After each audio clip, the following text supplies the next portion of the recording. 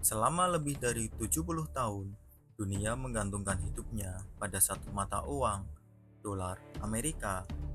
Semua transaksi global, dari minyak, perdagangan, hingga utang negara, terikat oleh dolar. Tapi sekarang, pelan-pelan, dunia mulai berbalik. Cadangan devisa dalam bentuk dolar terus menurun dari 71% di awal 2000-an, kini tinggal 58%. Negara-negara mulai mencari alternatif.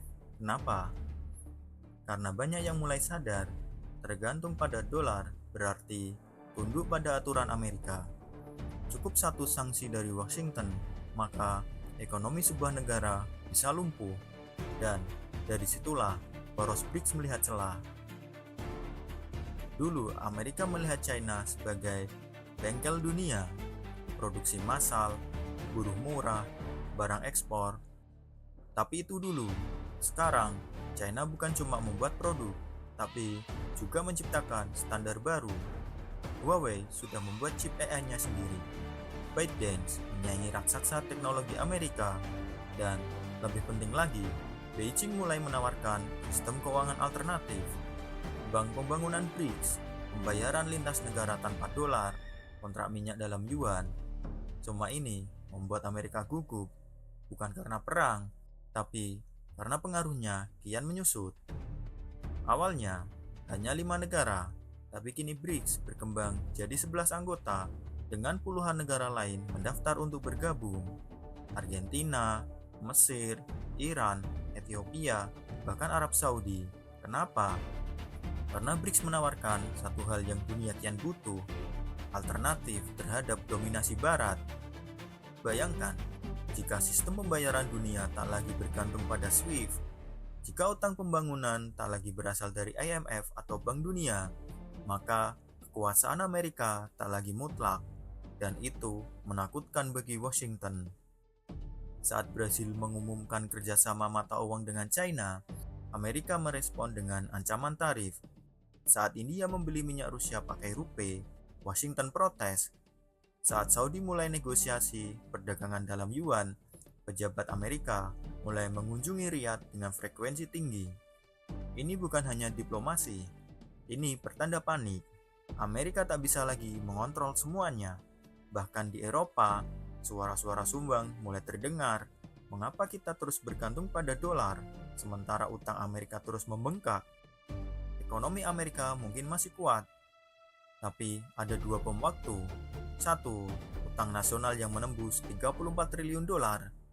Dua, populasi yang menua dan tak produktif.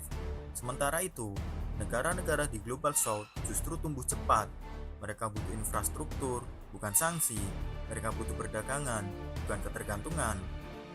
BRICS mengerti itu. Dan seperti matahari yang tak terbenam, hegemoni Amerika kini memasuki senja yang panjang. Pertanyaan besarnya bukan lagi akankah Amerika runtuh, tapi siapa yang akan menggantikan perannya? China, BRICS, atau dunia yang lebih multipolar, di mana tidak ada satu negara pun yang berhak menentukan masa depan semua. Satu hal yang pasti, kita sedang menyaksikan sejarah, dan kamu adalah bagian dari generasi yang akan hidup di dunia yang baru ini. Bayangkan sebuah dunia di mana setiap transaksi tak lagi memakai dolar, minyak dijual dalam yuan, infrastruktur dibangun lewat pinjaman Cina, dan Amerika bukan lagi pusat dari segalanya. Ini bukan cerita fiksi, ini bukan teori konspirasi. Ini kenyataan yang sedang kita saksikan hari demi hari, diam-diam, teratur, dan tak bisa dihentikan. Dan di balik layar diplomasi global, Amerika mulai panik. Sejak Perang Dunia Kedua berakhir, Amerika tampil sebagai raksasa ekonomi global, dan alat terkuatnya bukan senjata, bukan teknologi, tapi dolar. Dolar adalah darah dari sistem keuangan dunia, digunakan dalam 80% perdagangan internasional, menjadi cadangan devisa utama di hampir semua bank sentral, dan bahkan dipakai untuk membiayai perang, sanksi, dan pengaruh politik. Namun hari ini, sistem itu mulai menunjukkan retaknya. Negara-negara di selatan, dari Brasil hingga India, dari Iran hingga Ethiopia, mulai bertanya, Kenapa kita harus terus bergantung pada mata uang satu negara untuk menyelesaikan urusan kita sendiri? Pertanyaan ini bukan isapan jempol karena jawabannya sedang dibangun oleh poros BRICS. BRICS awalnya hanya singkatan 5 negara, Brazil, Rusia, India, Cina, dan Afrika Selatan. Namun kini, aliansi ini berubah menjadi kekuatan geopolitik nyata dengan bergabungnya negara-negara seperti Mesir, Argentina, Ethiopia, dan bahkan Arab Saudi yang sudah mulai melirik. BRICS tak lagi cuma pertemuan elit ekonomi, tapi langkah kolektif untuk keluar dari bayang-bayang barat. Apa yang mereka lakukan? Mereka membentuk Bank Pembangunan BRICS sebagai alternatif IMF. Mereka meluncurkan sistem pembayaran lintas negara bernama BRICS Pay sebagai tandingan SWIFT, dan mereka sedang mengembangkan mata uang bersama berbasis komoditas. Cina dan Rusia bahkan sudah membayar perdagangan mereka tanpa menyentuh dolar sama sekali. Iran menjual minyak ke India dalam rupiah. Brasil dan Cina membuat mekanisme bilateral dengan yuan. Dunia sedang berubah dan Washington tahu itu. Di permukaan, Amerika terlihat tenang, masih menjadi ekonomi terbesar kedua, masih memiliki kekuatan militer terbesar, masih punya Silicon Valley, Hollywood, dan Wall Street. Tapi ketakutan itu nyata, karena yang terancam bukan hanya ekonomi, tapi hegemoni. Jika negara-negara mulai berdagang tanpa dolar, permintaan atas dolar akan menurun, dan ketika permintaan turun, kemampuan Amerika untuk mencetak uang tanpa konsekuensi ikut menghilang. Artinya, utang Amerika akan menjadi bom waktu. Biaya militer yang dibiayai lewat obligasi bisa melambung, dan proyek-proyek luar negeri dari perang, sanksi, hingga diplomasi akan sulit dibiayai. Itulah sebabnya Washington mulai memperketat kontrol. Mereka tekan negara-negara seperti Turki dan Saudi agar tetap loyal. Mereka larang chip teknologi ke China. Tapi yang tak disadari Amerika adalah setiap larangan justru memperkuat musuhnya.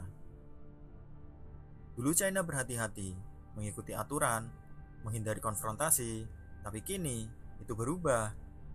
China bukan lagi hanya pabrik dunia, ia menjadi pusat teknologi, diplomasi, dan keuangan. Dengan proyek Sebuk dan Jalan, Beijing menghubungkan lebih dari 150 negara lewat pelabuhan, rel, dan pinjaman.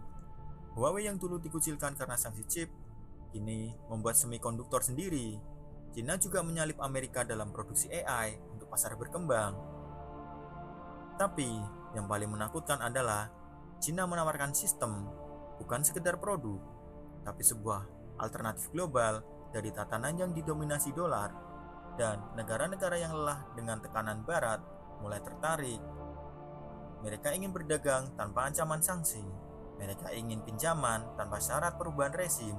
Mereka ingin dihormati, bukan diatur. Itulah kekuatan China hari ini. Ia tak datang membawa perang, tapi membawa pilihan. Pertanyaannya sekarang bukan lagi apakah dolar akan jatuh, tapi kapan dan sejauh apa.